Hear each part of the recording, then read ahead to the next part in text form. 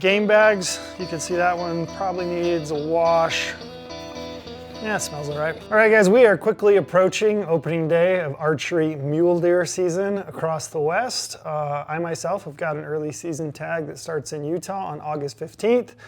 For guys that are headed out to Nevada, you've got August 10th. So we are quickly approaching, way quicker than it feels like should be the case. But we're moving that direction, so it's time to get your gear list in order. Today I'm going to run you through my archery mule deer gear list. We do these every year. We've got feedback from people. They really find them useful to kind of put their gear together. I would tell you, go through the same exercise that I have just within the last few days, where you make a full gear list in a spreadsheet and list it all out by individual item. Weight is great to add to that. And then as you go through and you compile your gear, go ahead and check those off so that you make sure that you got it. You want to make sure when you go into the field, you've got absolutely everything that you possibly need. You don't want to miss anything. If you do, it'll leave you in a bad pinch, especially if you're headed out on a destination hunt. This hunt that I've got in Utah, I'm going to be hunting some high country. I would say, 10,000 foot to, maybe even slightly higher. And then even some low stuff. I might end up down in that pinyon and juniper and sagebrush belt where I could be hunting in some really hot temperatures. You should be able to take my gear list and the items that I've included and either scale up if you're hunting up into that high alpine Colorado basin type country where you might be in cooler temperatures. You could even experience a little bit of snow. So you might want to add a puffy layer where I'm not going to add some of those puffy layers. So you can kind of adjust that depending on the area that you're hunting. But hopefully this should be a good baseline for you to understand like what it is that you might need on an archery spot and stock mule deer hunt. I'm going to start over here at this end and run through my clothing system. We'll probably touch on my bow first, kind of get that out of the way, even though it is my very favorite item and the item that's going to get the job done. So I'm just going to jump in and start talking. Bow and arrows. So arrows, I've been really impressed with these. This is kind of my standard. I keep going back to it just because it does so well. And that's the gold tip platinum pierce in a 250 spine. I am shooting 3 UV vanes. I've got Easton 4 mil nocks. So this is my favorite nock. I wish Gold Tip made a better nock. If you're listening, Gold Tip, your 4 mil nocks, they need an upgrade. But I love this little Easton micro nock in a 4 mil. UV vanes, Gold Tip arrows, platinum pierce, 250 spine. Inserts, I'm shooting a 75 grain Easton half out. That's a 75 grain stainless steel aluminum option. And then for broadheads, I've got a brand new Sever Magneto, which has got that magnet that holds those blades in place. No more O-rings to worry about. This is a super slick little broadhead, and that is a 1.75 cutting diameter. Once I move over to hunting elk, I probably would switch over to a 1.5 hybrid, where you get the 4 cutting diameters, and you also get the 1.5, which is going to penetrate a little better. But for a mule deer, I think this is going to be the ticket in a 1.75, and like I said, no more O-rings. So pretty killer broadhead, great setup. I've had really good luck with these. Shot an elk in Arizona last year. And if you heard me talk about it, I hit that thing square in the front leg, kind of that front shoulder, which typically is terrible. But in this case, it worked out for me because this combo absolutely broke that elk's leg. I did have to sneak in, finish him with a second shot shortly after, but I was really, really happy with this arrow setup and the durability. Total weight on this, it might be a little bit heavy for what most would consider for a mule deer arrow. It's 492 grains finished, but I am fortunate in that I've got a longer draw length. I can shoot 70 pounds. I'm shooting 80% let off. So I'm actually getting 295 feet per second, which is a lot of speed and a lot of energy for an arrow that weighs almost 500 grains. I am not one to switch between arrows for different species. So if I'm hunting pronghorn, I'm hunting mule deer, I'm hunting elk, I want one setup that I can practice with all summer and I can hunt all 3 species with. So I'm not going to change arrows to get a lighter, flatter trajectory for mule deer or antelope. I'm just going to hunt with the same setup. And like I said, I'm fortunate enough to be able to do so because I got a long draw and I can pull a little bit of draw weight. So that's the arrow setup. Love that. Moving into quiver. So quiver, I'm going to carry that on my hip with a Total Peep hip quiver attachment, which is this little guy right here. Works on a dovetail system. I can open that up and pop my quiver on and off my hip. Basically run my belt through that so I can wear it right on my hip. The reason I do that is because I don't like the way the bow holds or shoots with a full quiver on the side of it. I don't really like the weight of it. The other thing I don't really like is acts like a wind sail, right? So if you imagine that on the side of your bow, you've got all this added surface area that you're going to potentially move some air through, kind of blow you around a little bit. I also don't like the weight of it. So I like a hip quiver. I actually think I load an arrow quicker from my hip than I do right on the bow. It works really well for me. And if you're looking for a different option from, carrying your quiver on the side of your bow, I would check out that little Total Peep hip quiver attachment.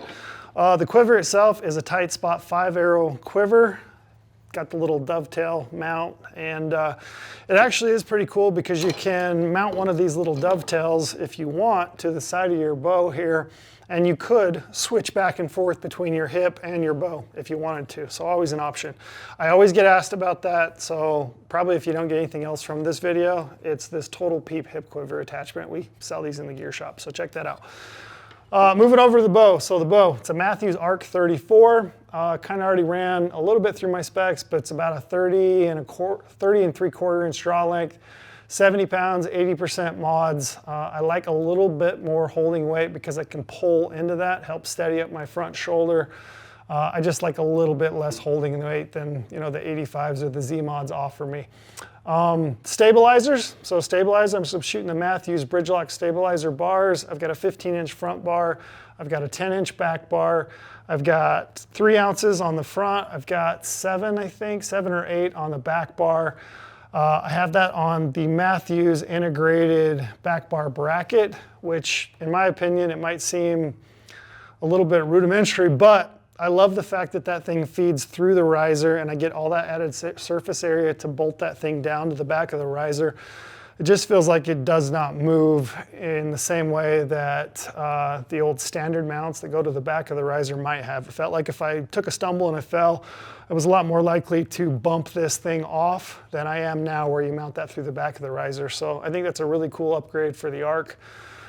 Side plates, I'm shooting side plates with lizard skin, which is basically baseball handle wrap. You can get that at a local sporting goods store. I know there's also a few archery companies that make tape. I like the thinnest one, so it's a 0.5 mil, I think. It's super thin. I just wrap that and I put a little bit of athletic tape at the bottom to kind of seal it off. Moving up, I'm shooting an R7 Hamskea rest. It is a limb-driven rest. It's worked really good. I like the durability out of it, and I love the fact that a limb-driven rest, you can work on it in the field. So should something happen to this cord, if I was to cut it with a broadhead, I could fix that with a shoelace if I needed to. All right, here on the shelf of the riser, I have this little arrow containment thing, which is it's made by this company called Slum Archers. I think he has an Etsy page. There's a few companies that carry them, but basically what this thing is it holds your arrow in place on the shelf where your arrow is in the down position, so that it stays still, and it has a little slot in the top of it, and as you come to full draw and as the arrow starts to raise on this rest, it just basically slides up and out of this notch. I was a little bit worried that it was going to jump, but it doesn't. It comes out super smooth. The cool thing about it is that when you're stalking, I think this is really, really handy for stalking mule deer. But as you're stalking, you put your arrow through this thing and it holds your arrow in place. Like you can tip your bow upside down if you want. So those awkward stalking positions that you get into when you're working in on a mule deer, your arrow's gonna stay in place. It's gonna stay right in this little arrow containment ring. And then as you come to full draw, it rises up on this Hamskea R7 and you can execute a shot. But killer little product. I wanted to shout out those guys because it's a neat little product that they make. So moving up the bow, the sight, I've got a Trueball Excel driver sight and a 5-pin configuration. So it's a slider sight, super lightweight. This is prone to be changed because I do have another sight I would like to use, and maybe more to come on that later maybe, but right now the sight, and it's primarily because of the pins. So this entire sight, I like it, I don't love it. I don't think it has the durability. I'm not completely convinced that it is bomb-proof. I'm not really in love with the ergonomics of the dial, if I'm being completely honest. The main reason I'm shooting this sight on this bow is because of the pins. I think the pins are the best, and I think when you're buying a sight, it boils down to like, can I see the pins? You can see that I'm wearing glasses. I just got those 2 weeks ago, so I'm working on my eyesight. There's a lot of sights on the market that I can't quite see the pins. They're either just too small or not clear enough for me.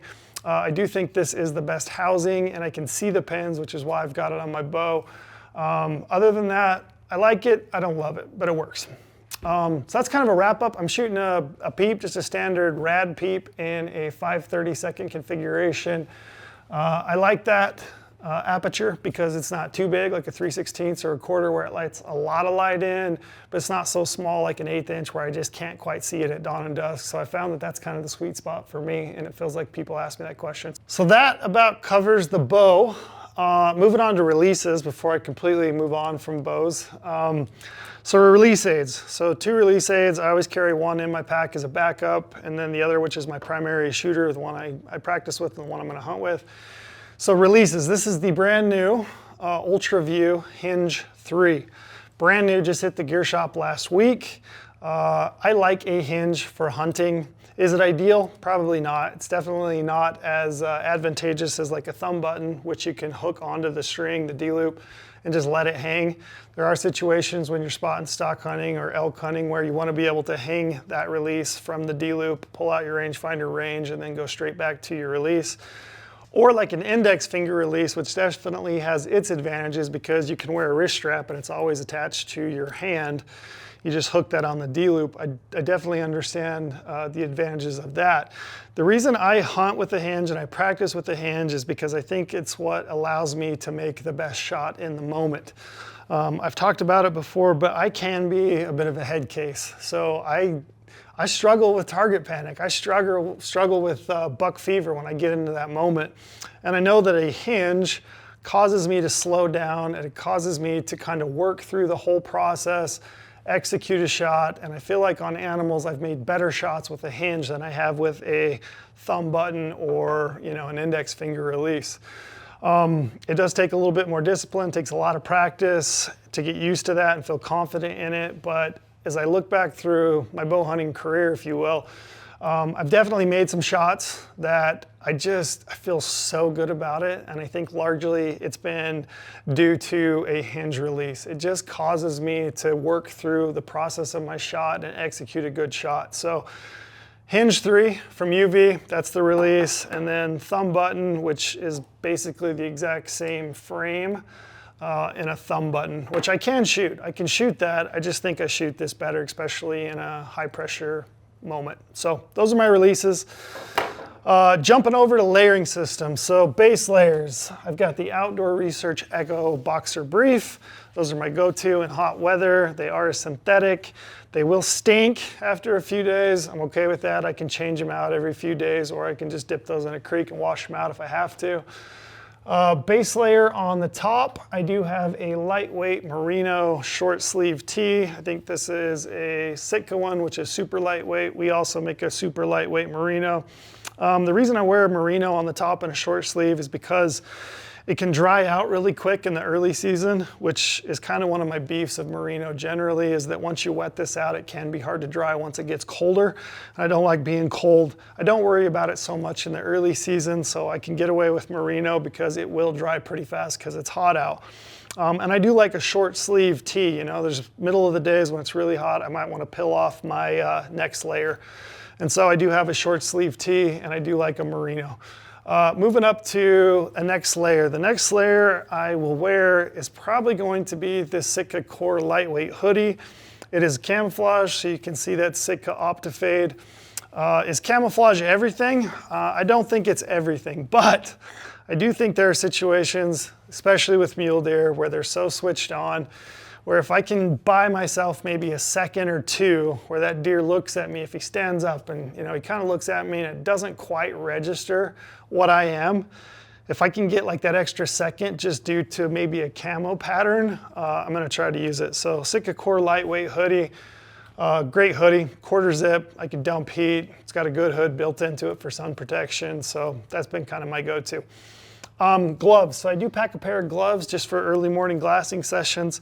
This is the Sitka Traverse glove, which is just a lightweight, almost fleecy backed glove. I don't wear these often, but in the case where you get those cool mornings in the high country early season, they do take a little bit of the sting off on your hands. Other gear, so mid-layer, this is the GOHUNT Black Rock hoodie, which is just a grid fleece hoodie. One thing I like about this one is if you did wear this in a stalking situation, it's super quiet. It is really, really quiet. It provides decent warmth for mid-morning. You know, there's been a lot of situations where I've been in bow hunting where you're getting into range maybe right there before dark, or maybe right after light. You've positioned yourself for an ambush. And if you don't have the proper layering, you end up like cold and shivering, especially if you've gone super light. I do like these grid fleece mid layers because you can layer up with them and it gives you just enough warmth to kind of take the edge off as you're bumping up against those cold temperatures either at dawn or dusk.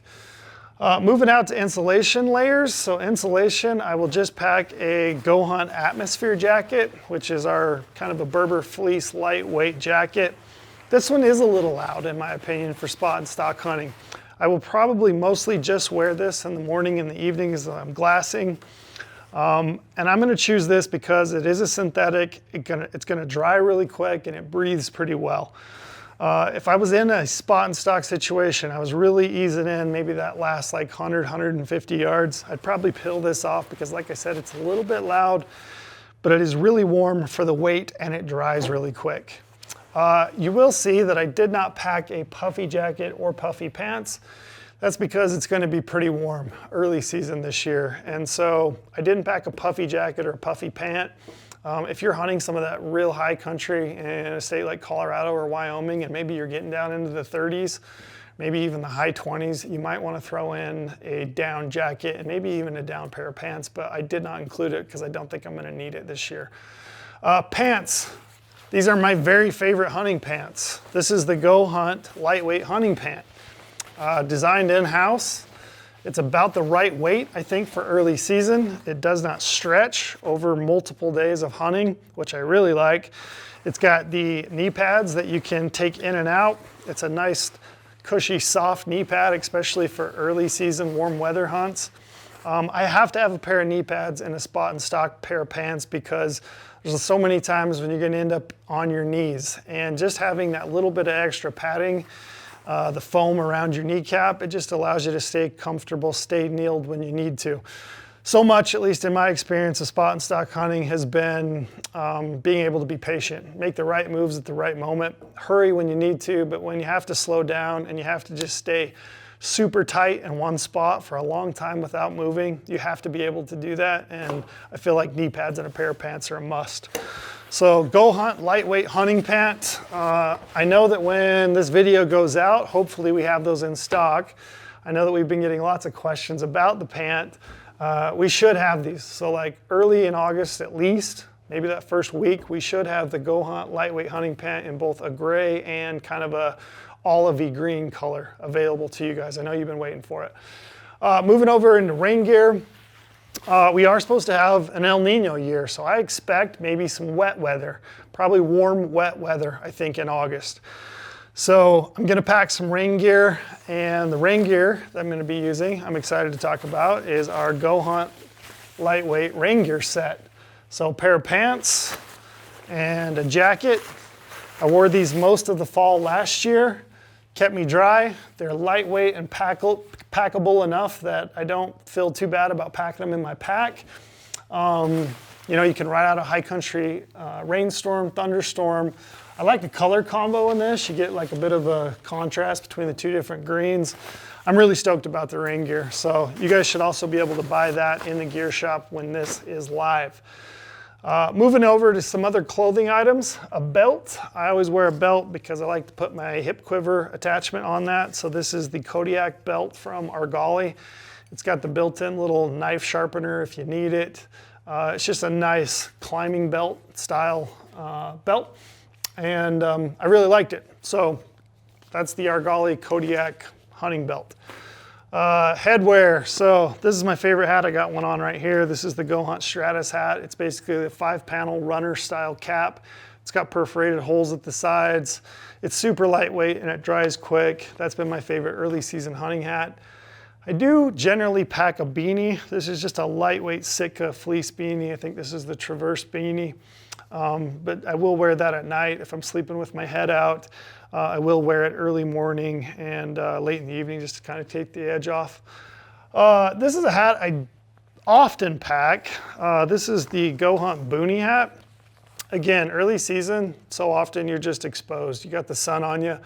You can imagine if you get into a stock and you kind of run out of shade and it's where you need to be in order to execute on a shot on a buck as he stands up from his little shady bed.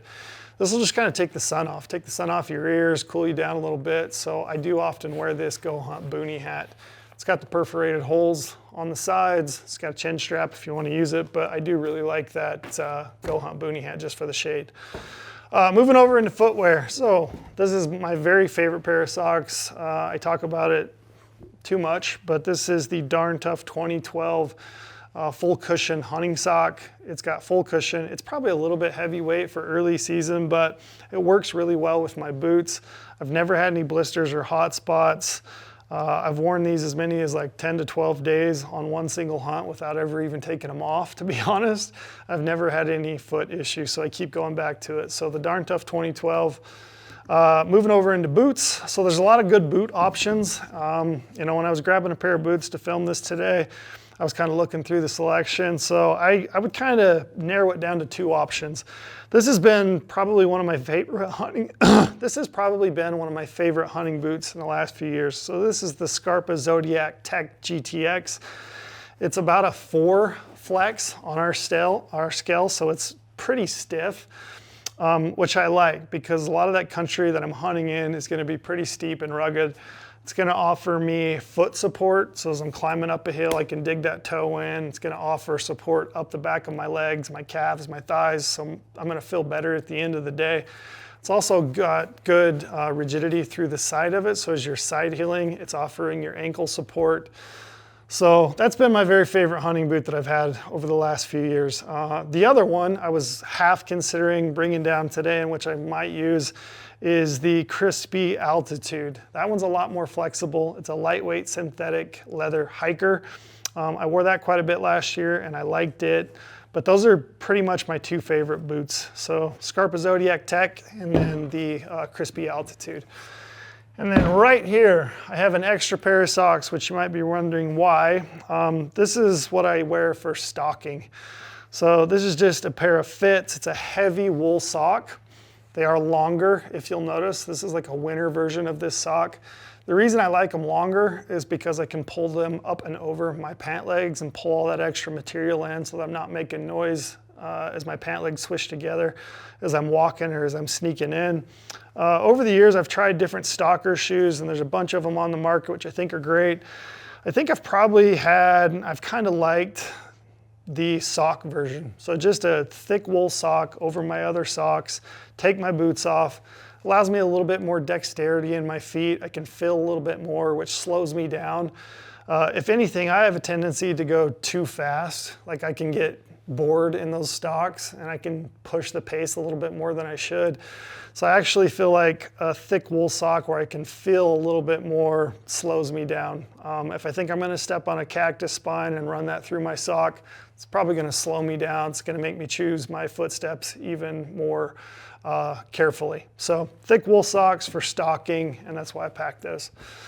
All right, moving over into some optics, and then I'm just gonna pull my pack apart. I've got it fully loaded with a bunch of gear. I'll pull it apart, set it on the table as I go. Optics. So optics, you guys might see right there. If you zoom in, hopefully you can see that, but this is brand new for us. These will be in the gear shop when this drops. We're pretty excited about this, but this is a collab between GOHUNT and Marsupial Gear. So you have the Marsupial GOHUNT enclosed bino harness, which I think came out pretty sick. My favorite part is the logo. You got the kangaroo with the GOHUNT, which is pretty rad.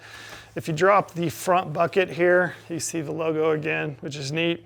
In a bino harness, spot and stock situations, I have to have a bino harness that opens to the front and that I can get my binoculars in and out with one hand, because I'm always going to be holding my bow in my left hand. I don't have that hand free to help me with my binoculars, so I have to be able to put those in and out quietly with one hand, which is why I love this enclosed bino harness. Inside it, it's got kind of a quiet, fleecy material, which is nice, keeps it really quiet. Binoculars, so I've talked about it on the podcast, but this is SIG Zulu 6 and a 12x42. I think these were built for spot and stock mule deer hunting. The reason I love them is you get the image stabilization. So if you're hiking up a ridge, you just want to throw those up to your eyes and take a peek, you can do that. And that stability really flattens everything out. You see things that you definitely would not otherwise. When you get into a stalking situation, maybe you're under 100 yards and you're looking for just an antler tip or an ear, you know, bedded down in the sage or the shade, these are so handy because that image is just flat. It just really allows you to pick the landscape apart with one hand. These are a spot and stock mule deer hunter's dream. So SIG Zulu 6 binoculars. Rangefinder pouch, so I got the GOHUNT marsupial rangefinder pouch on the side. Inside, I've got a SIG Kilo 8K rangefinder. This does have archery mode. It's got the algorithm built into it, so you can put the foot per second that your bow and arrow combo shoots, and it's going to give you your calculated trajectory. So it will calculate your angle up and down and give you an idea of what pin you should hold for. Really like that little rangefinder. It's also a red reticle, which is nice to see early morning and evening. I've got that attached with a marsupial gear tether. I always have to have a tether to my rangefinder because if you set that thing down in a hurry, when it gets stressful, you walk off maybe 5 or 6 steps and leave it, you're in trouble. So I do like to keep that thing tethered. On the other side of my rangefinder pouch or my bino pouch here, I do have a bottle of wind checker. I always have a bottle of wind checker with me. That's probably the most important tool in your toolkit, maybe beyond your bow and your release and your arrow. You definitely have to play the wind. You have to use that all the time throughout your stock to make sure that you don't get winded. So always have one of those in the side pouch.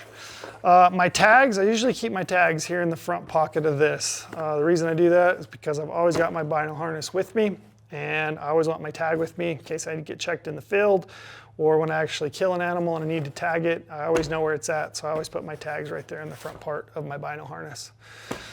Moving along, tripod. So I pack a tripod when I'm mule deer hunting because I want to be able to sit down and do long glassing sessions. It's not uncommon for me to hit my glassing point before light and sit and glass for 3 to 4 hours at a time from the same point.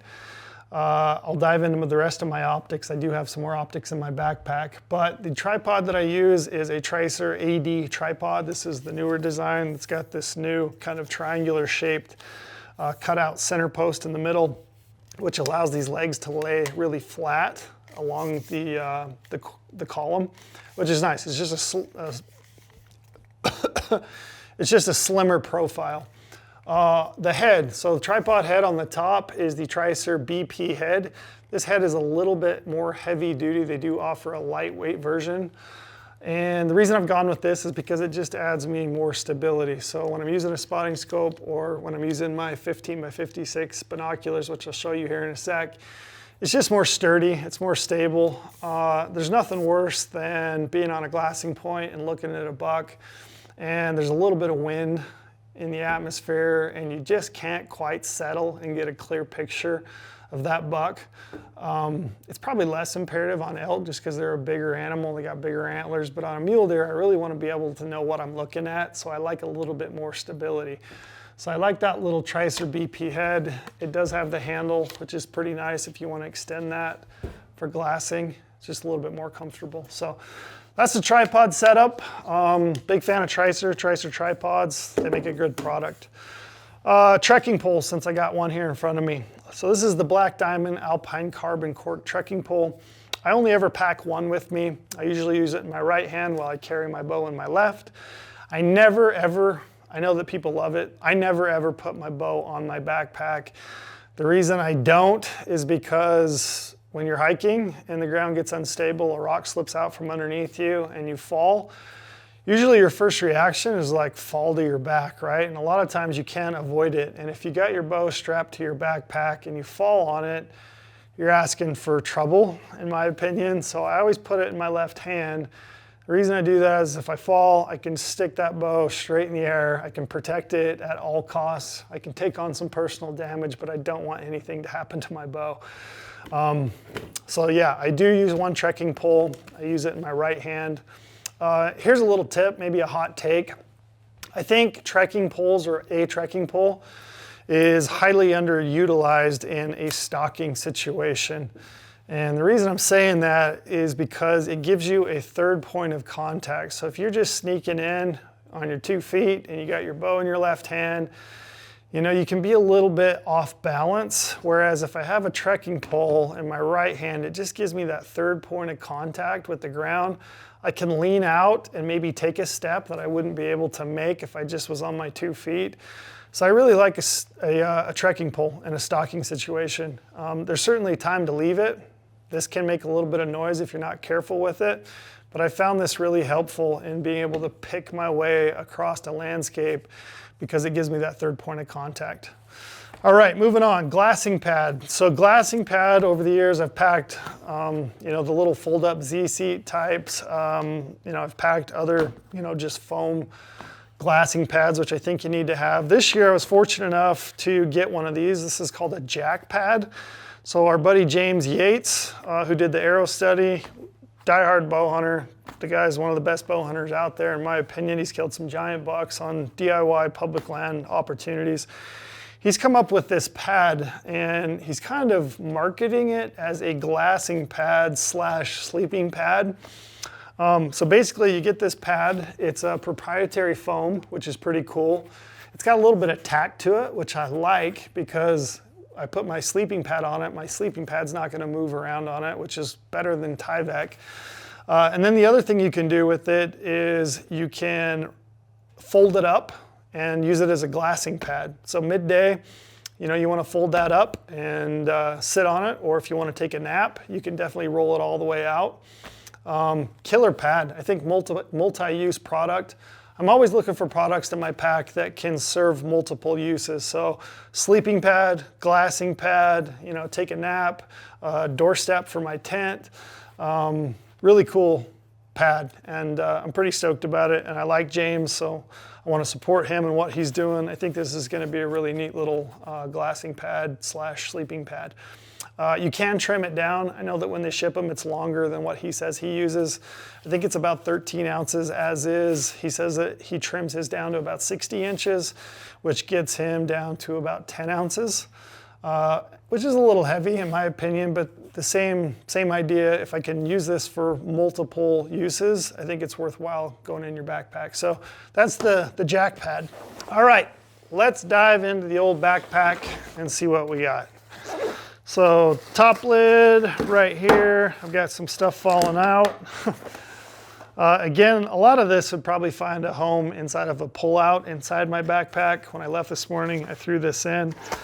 I won't go super in depth, but this is just a Mystery Ranch rain fly. You do have to have a rain fly, I think, for your pack to keep your stuff dry when you're hiking in and out. This right here is a Matthews Stay in the Field system. This doesn't weigh anything. I would probably pull this out to save some weight and put it inside my possibles pouch. Basically what this allows me to do is change out a string or cable back at the truck or in the field if I needed to. And it doesn't weigh anything and it might save your hunt. So I always have one of those. All right, headlamps. I always pack 2 headlamps. One is a backup and one is my primary headlamp. This is the Backcountry Duo headlamp from Peaks. I think this is the best headlamp on the market. The one reason I really like it is the battery life is long, and then secondly, it has a bright red light.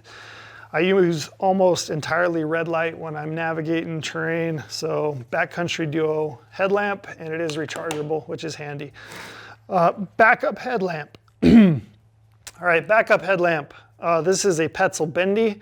It's not super bright, but it doesn't weigh anything. It is rechargeable, and I always have that in my pack just in case I need a backup headlamp. Battery. So this is just a battery pack. I think I bought this at Walmart. I think it's 10 or 20,000. It'll usually get me, you know, 3 charges on my iPhone. I didn't talk about that, but my iPhone always is with me. I download my GOHUNT maps on it, and I also use it as a digiscoping kit. I use a phone scope kit, so I'm a little bit old school. I haven't upgraded to the magnetic all-in. I like the phone scope. It's just a no-brainer for me. I just pop it on the end of my spotting scope and I can get digiscope footage. Moving into the rest of my pack, let's open her up and see what we got. Cook system. So I am so pumped this year because I get to use a Rough Ridge stove company, which is my good buddy Chris Neville. He and his brother Josh Neville started this company. It is one complete set. So it's got the pot, it's got a fold-out titanium spork, it's got the stove, it's got a wind guard, and I don't have one in here, but it will accept a 4-ounce butane canister inside it. Everything fits inside this one little pot. I think all in, you're about 10.5, 11 ounces. I'm so stoked for what those guys are doing. I could not be happier to use a Rough Ridge stove. So that's the stove system. All right, moving over to one last optic, which I did not go fully in depth on earlier. I pack these in my backpack and I use them all the time. I think this is one of the best tools I've bought as a mule deer hunter. This is a pair of Swarovski SLC 15x56. It's got the ASIAC clamp that goes on the barrel of one side. I can pop that directly into my tripod. 15x56 Swaros, I think, have been game changers for me. Open country mule deer hunting, you can pick out so much and you can glass so comfortably with a pair of SLC 15s. So I would say that's one of my very favorite pieces as a spot and stock archery mule deer hunter. Moving over into some more camping equipment, hydration. So I do not use a water bladder because I've had them leak on me in the past. So now I just pack a couple of the 48-ounce ultralight Nalgene bottles. They are the GOHUNT version of those. Camping. So shelter. This is a Hilleberg Enon, which is a solo shelter. It is freestanding, so it's got one center pole that goes through the middle. You got 2 guy outlines on each end, which you pull those out. It does have an inner mesh net. You get the double wall design. You do have one vestibule, one door in this little shelter. It is bomb proof. It does so well in the wind. The reason I am choosing this over something like, a bivvy is because I like a little bit added protection in mule deer hunting, where I'm gonna probably be in the same spot for 3 or 4 days at a time. I can set that up, I can hike in and out of my camp, and it just really provides me all the protection I need from the weather. So Hilleberg Enon, that's been my go-to. All right, moving into some other camping items. So sleeping bag. This is a GOHUNT compression sack. Inside this, I have a Argali sleeping bag, 20 degree. This is the Alpine. It's a down sleeping bag. And the reason I went with a 20 degree bag for my hunt is because on those chilly nights, it'll sleep warm enough for me. I found in years past where I've used a quilt that I tended to still get cold because it's so open at the back. And so I've gone to using a mummy bag for all of my hunting, whether I'm early or late season. 20 degrees, I can unzip the side of it and dump heat if I get too hot. This bag does have a little bit more room in my opinion. I've been really impressed with the Argali Alpine, and a 20 degree, I think it's gonna be perfect for early season mule deer hunting. Moving on. Okay, sleeping pad. This is my very favorite sleeping pad. I think it's probably the best selling sleeping pad that we have in the gear shop. This is a Thermarest Neo Air X-Lite. It's 1 pound and it's comfortable. I've had no durability issues. I think I've had this one for probably 12 years at this point. I have 2 of them. So check that out, Thermarest Neo Air X-Lite. I think it's the only sleeping pad that you need. One final item in my sleep system, that is a C2 Summit Aeros Ultralight pillow. I like a pillow.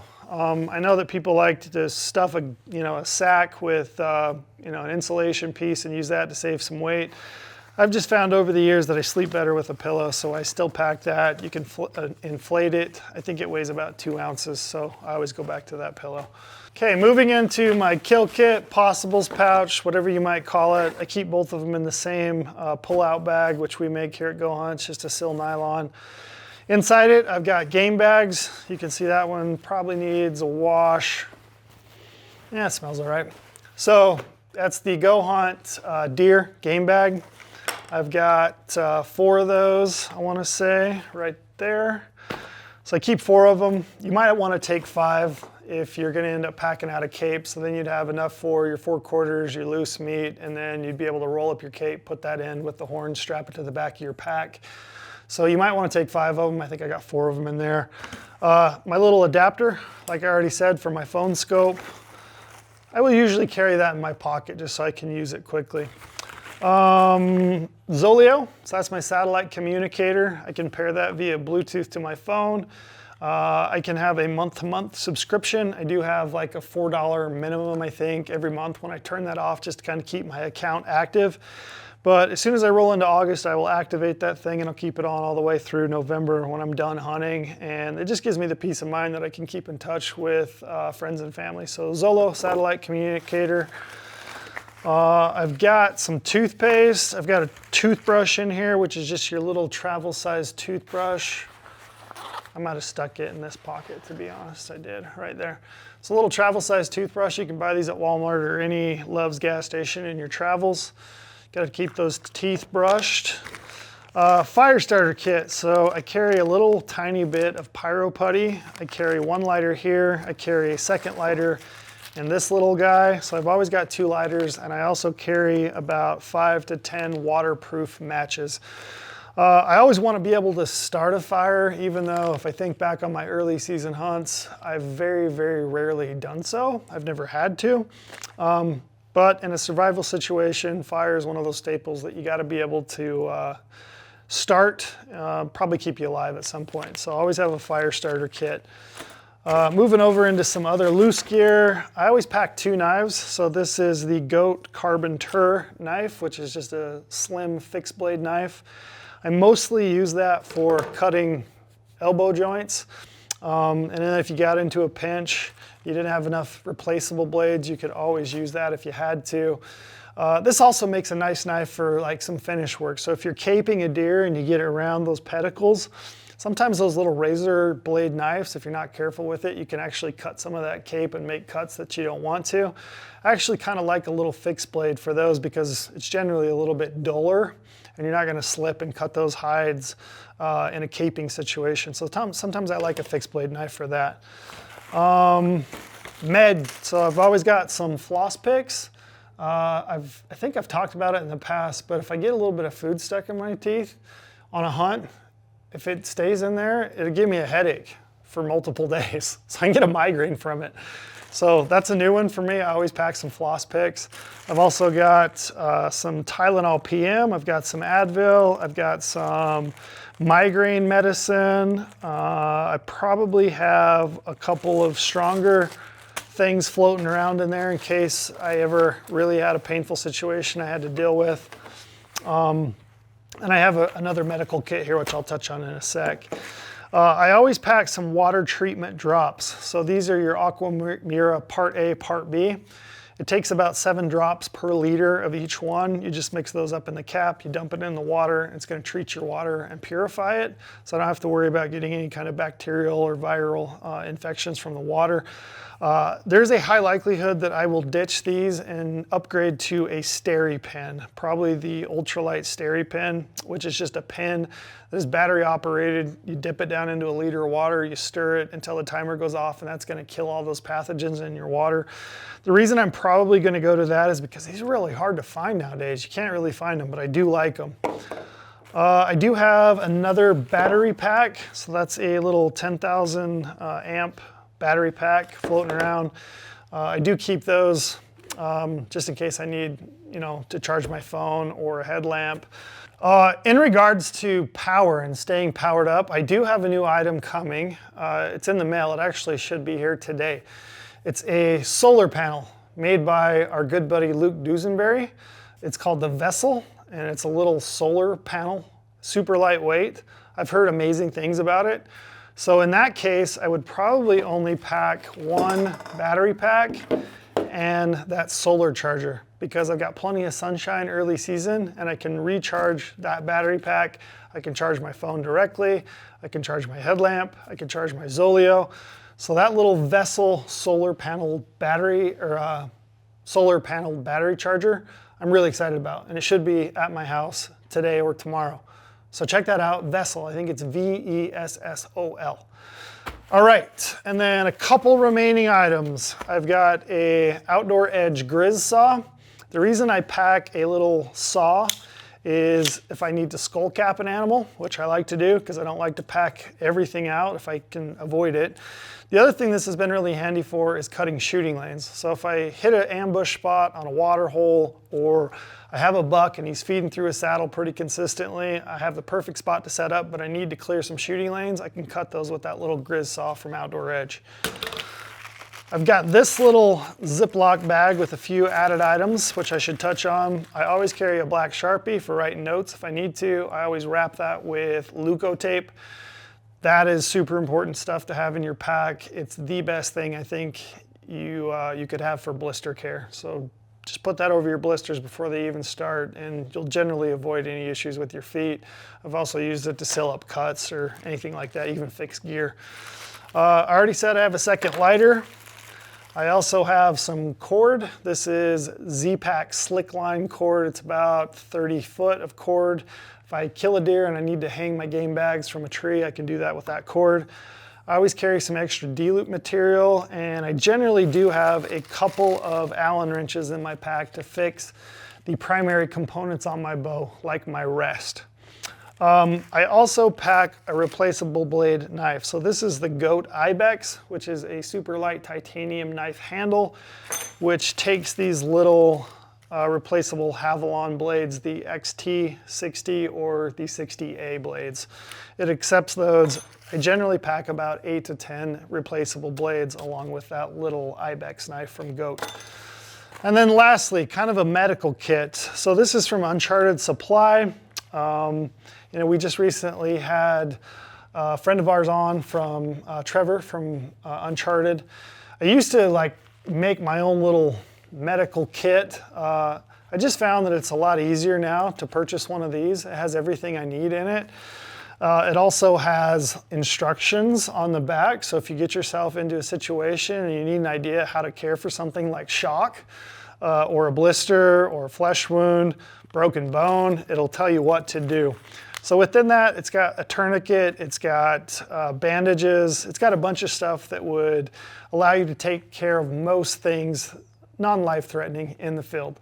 And like I said, I used to put my own kit together. I just think this is a hell of a lot easier at this point. So this is the Hunter kit from Uncharted Supply. We have those in the gear shop. All right, and finally I have a couple more items to talk about, one being my pack, and then the other being one that I missed because it was hiding away in this little spotting scope pocket, is the spotting scope. I always pack a spotting scope. It's probably less critical when you're archery elk hunting. If you're not really concerned about trophy potential on an archery elk hunt, I usually don't pack a spotting scope. For deer hunting, completely different. I always have a spotting scope because I want to be able to judge that animal to see if it's something I want to actually make a stalk on.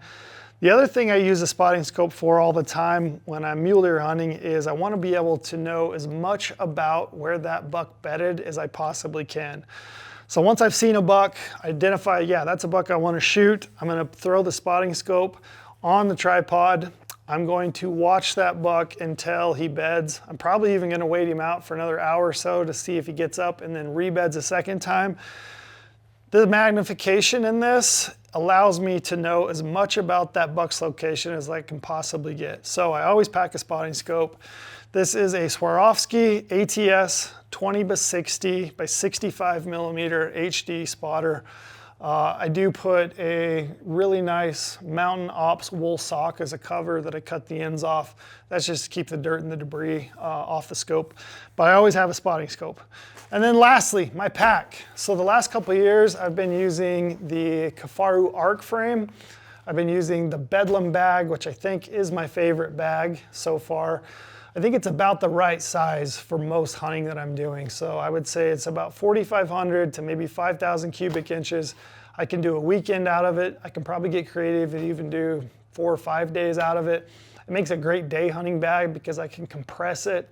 I like all the little pockets. I like the spotting scope pocket. I like the ability to add these extra pockets if I need some more space. It does have the load shelf between the bag and the frame when you pack something out. And then probably my favorite thing about it is just really comfortable.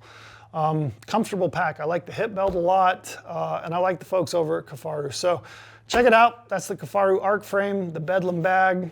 And with that, I think that is my entire gear list for archery deer hunting in 2026. I am headed out pretty much every weekend now until my hunt starts. Hopefully I'm going to find a giant. If you're out there, I hope you're rooting for me. I'm rooting for you guys. But it's time to get your gear list together. It's time to get ready to go hunting.